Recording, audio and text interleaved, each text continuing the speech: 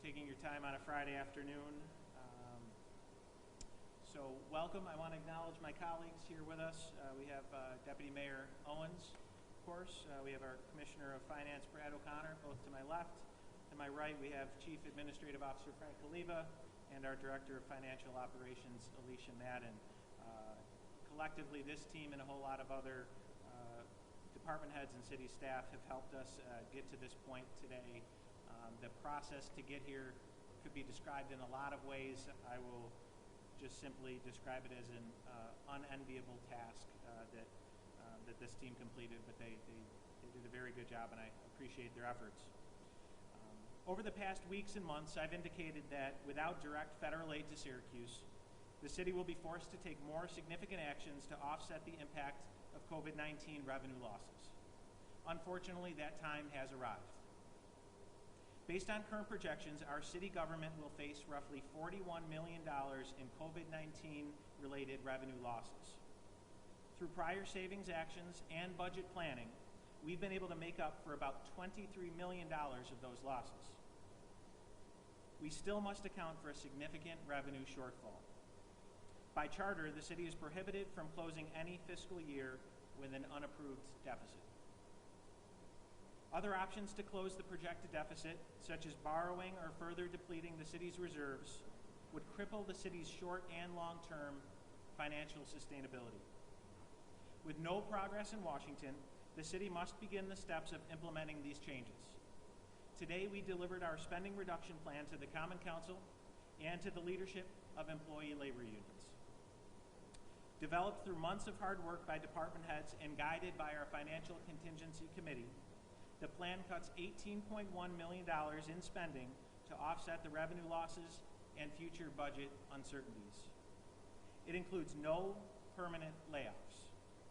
Instead, approximately half of the savings come from furloughs on a long-term, seasonal, or two-day-a-month basis. The plan also calls for freezes on hiring, overtime restrictions, service reductions and eliminations, purchasing cutbacks, and delayed capital and maintenance projects. The effects of the spending cuts are different in each department, but no part of city operations is exempt from these reductions. The most significant impacts affect the city's largest departments: police, fire, DPW, and parks. The police department will leave approximately 25 budgeted positions unfilled and will make significant overtime reductions. The fire department will leave approximately 50 budgeted positions unfilled and will significantly cut back purchasing and delay station improvements. DPW will freeze the hiring of 51 positions and implement 289 furloughs across street repair, street cleaning, sewers, and building services. Due to reductions in staffing and spending, the plan delays the start of the construction and debris pickup in 2021 and stops road restriping, among other DPW cutbacks. The plan reduces many programs and services in parks and recreation, including school year youth programs, fitness and golf programs, and grass mowing. It also continues the closure of select pools and other park facilities. Delaying capital expenditures, which creates about $2 million in savings, will prevent city departments from completing maintenance on city facilities, including parks. It will also postpone the purchase of new police vehicles. Since the start of the pandemic, we've taken decisive action to cut costs and control spending. For the most part, we've done so with limited impact on city residents and workforce. That won't be the case with these next cuts. They are across the board and will severely impact city government's ability to respond to constituent concerns. They will delay the completion of projects and slow improvements to city services and programs. Sadly, they will also hurt working families, including many essential workers who have helped us get through the pandemic. Some might ask, why start the process now? Addressing the fiscal crisis facing the city now at the beginning of the fiscal year is essential to spread the cost reductions over a longer time period. Waiting longer would require deeper workforce reductions and more damaging cuts to city services and expenditures. This is a day I hoped would never come. I'm saddened the pandemic and federal inaction on direct aid to Syracuse have put us in this position. I am also determined in these immensely difficult times to ensure city government's fiscal stability is protected for our employees and the people we serve. Thank you. I'll be happy to answer any questions anyone has.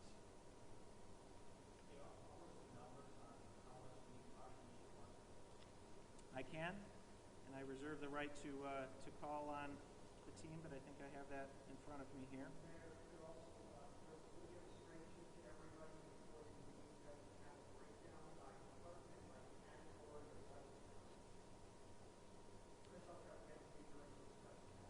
So we'll give it by department. I'm going to break it down by category because that's what I have in front of me here. So the hiring freeze, that's 153 positions, largely split between DPW and fire. That accounts for a little over $6.2 million. The furloughs, which will impact over 400 city employees, will save us about little over $1.7 million. Reducing department purchasing will save us about $3.2 million. Again, that includes freezing training and travel, reduced office expenses. Eliminating services, a little under $1 million, again, primarily parks and DPW. The overtime freeze, mainly in police and DPW, that accounts for a little over $2.8 million. Delay in capital purchasing generated a little over $2 million in savings. Again, purchasing of police vehicles, IT, parks improvements, and union concessions, which were specific to Local 280, the fire union, saved us a little over $1 million, and that was in the form of reduced benefits in lieu of termination. So again, that totals $18.1 million, and we'll be happy to give the full breakdown.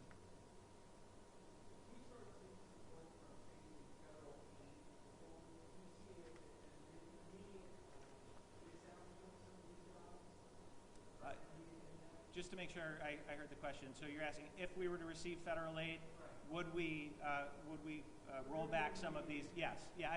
Again, this was a day that I hoped would never come, and if the federal government had acted sooner, we wouldn't be here. So if the federal government does in fact act and provide the aid that local municipalities, the city of Syracuse, and New York State desperately need, we do hope to roll back as much of these cuts as possible.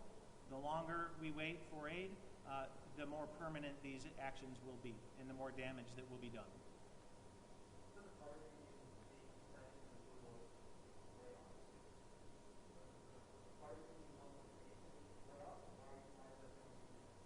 Well, so I want to be clear that all of any of the cuts that impact our employees, including the furloughs, are subject to formal union approval. So we have been engaging with union leaders throughout the process. We met with all of the union leaders. Our team met with them this morning. Some of the unions were just based on their own relationships with their department heads, and their desires were more proactive than others in engaging in the recommendations. Local 280 worked very closely with Chief Mons throughout this process. I told every department head that I wanted them, to the extent possible, to control their own destiny, and they know their departments best, and therefore they would be in the best position to make the decisions on cuts. Again, different departments relied in different ways on their unions, and it just so happened that Local 280 was most actively involved with Chief Mons and his team.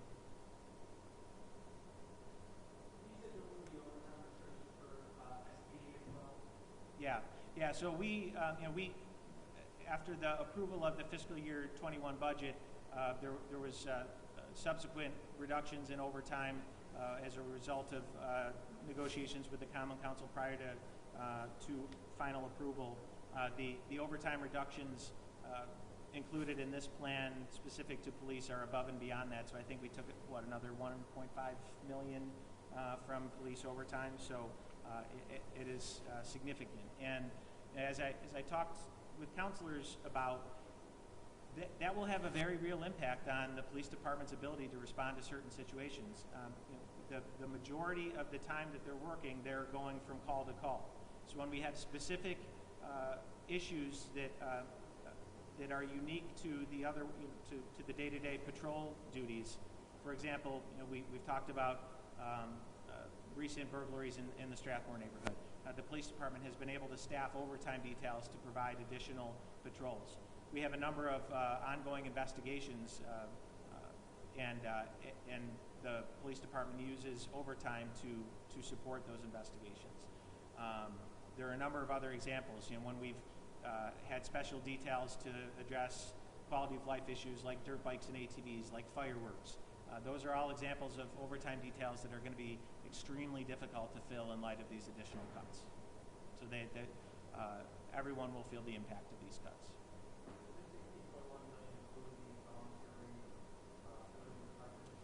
So the question was, does this $18.1 million include the voluntary retirement incentive? The answer is no, because that's ongoing. We don't want to bank on those savings. And again, this entire process is fluid. So if we're able to generate significant savings from that process, that will certainly help. But at this point, that is not included in the $18.1 million number.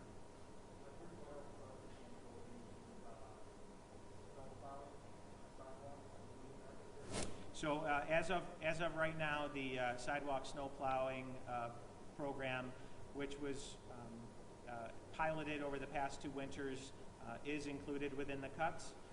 We are having conversations, obviously, with the Common Council about a comprehensive sidewalk program where those services will be included if and when we were to approve that. But yeah, personally, that was a difficult one for me. That was a pilot program initiated by this administration with the support of the Common Council. It's a quality of life issue. It's a safety issue. So when I say that, when I've been warning about these cuts and the significant impact that they have on our constituents, that's just one of many examples, and it's a tough one. The $41 million in losses, sales tax revenue, saving, what else is mixed up in those losses? Sure. Yeah, those are the big ones. So right now, our projected sales tax losses over both fiscal years, again, remember, we've closed out our fiscal year 20 budget the end of June. We are now in fiscal year 21. Those losses cover both of those fiscal years.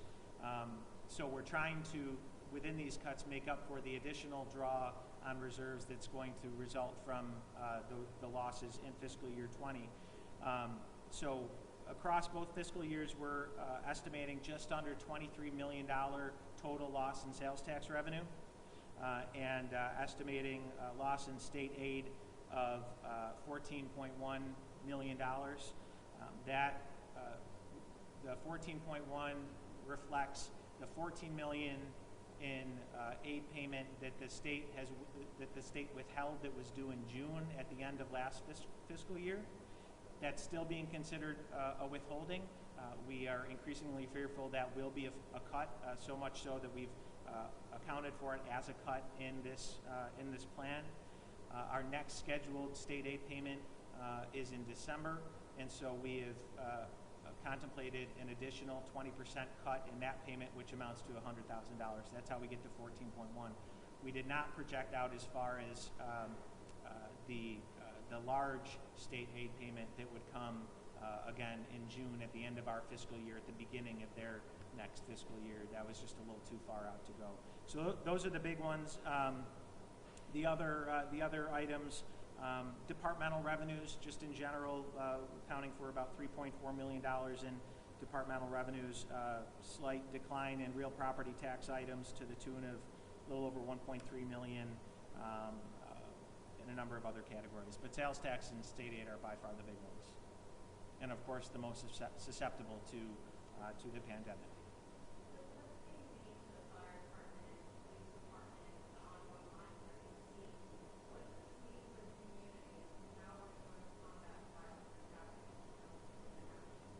The first part of your question was, what is the what to community? Like, what does this mean What does this mean to the community?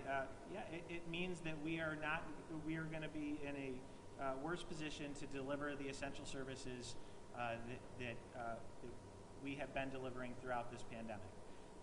And so, while when you ask about crime, while overall year over year we are down in crime, we all know that specific to violent crime and to burglaries we're up. And this will, I mentioned the special details that we are able to use overtime in police to address for some of those specific issues will be severely limited. So again, I can't overstate the impact of these cuts. The goal was to minimize impact on workforce, on people, and on services, but all of those things inevitably will be impacted. I've heard crickets from Washington, D.C. over the past week or so, and that's disappointing and frustrating. And I have tried to balance sounding the alarm, but also not to be Chicken Little, not to unnecessarily impact our workforce that is already under a great amount of stress as they've continued to deliver essential services throughout the pandemic. But what we're talking about here today is what I've been warning everyone about, and I can only hope that our leaders in Washington are beginning to see the very real impact of their inaction. And I want to be specific because, again, we've had the House passed a stimulus bill that would have included approximately $50 million for the city of Syracuse. Again, we're talking about right now an estimate of a $41 million revenue loss. The holdup right now is in the Senate, and specifically it's with the Senate majority and Senate Majority Leader McConnell. Again, I don't know how else to say it. The inaction has led us to this point, and the longer we go without any federal relief, the more drastic the cuts will be.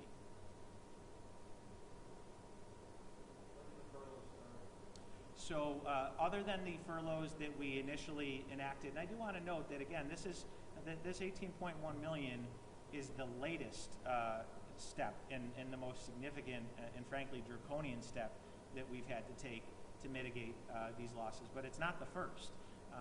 Again, months ago we placed over 100 employees on furlough. The employees included in the over 400 furloughs that those will go into effect likely beginning of October. We've made a commitment internally to make sure that we give our employees time to prepare as much as they can. So our goal is to give them at least 2 pay periods notice, which is about a month before those furloughs go into effect. So we're looking at the beginning of October. But again, even in the case where employees are being furloughed 2 days a month, that might not sound bad when you hear it out loud, but when you do the math and you realize that amounts to about a month of pay over the course of a year, it is going to have a significant impact on households and on working families in our city. And I don't take that lightly. That is painful. And again, no department is immune from these cuts.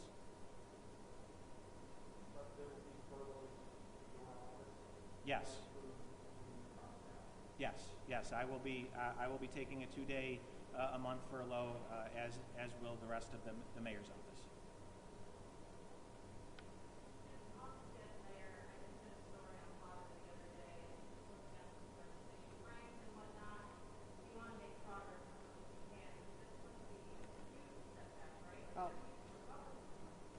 It's incredibly frustrating. I've talked about it a lot. Pre-pandemic, we were on a path in this community that we haven't been on in a long time. Significant economic investments. All of the metrics that for so long defined our decline were defining our revitalization. Poverty rate was going down. Private sector job growth was exceeding every other large city statewide. Vacant properties were going down.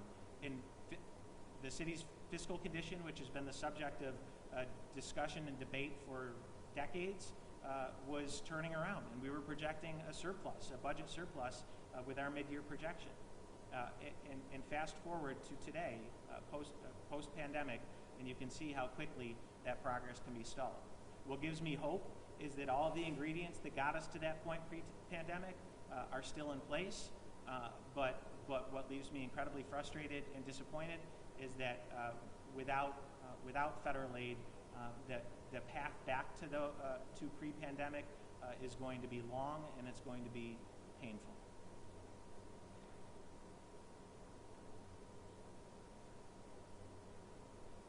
Other questions?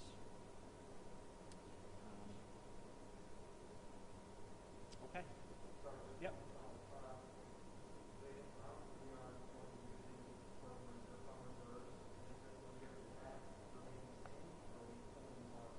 So the purpose of these cuts was to, among a number of things, was to preserve the draw on the fund balance. So our projected fund balance draw that was included in the budget, in the fiscal year 2021 budget, remains the same. And in the fiscal 2020 budget, we are going to have to draw more on the reserves to balance the budget as we're legally required to do. But what we did was ensured that through the cuts included here, we would be able to minimize the overall impact on the fund balance, because we don't know how long this is going to last. So the additional draw on the fund balance in fiscal year 20 above what we budgeted for will be made up through these cuts. Help me out here. So we budgeted last year a draw of about between 7 and 8 million. I think just under 8 million. We're going to draw an additional 12+ million on the reserves, which we will make up through the cuts this year.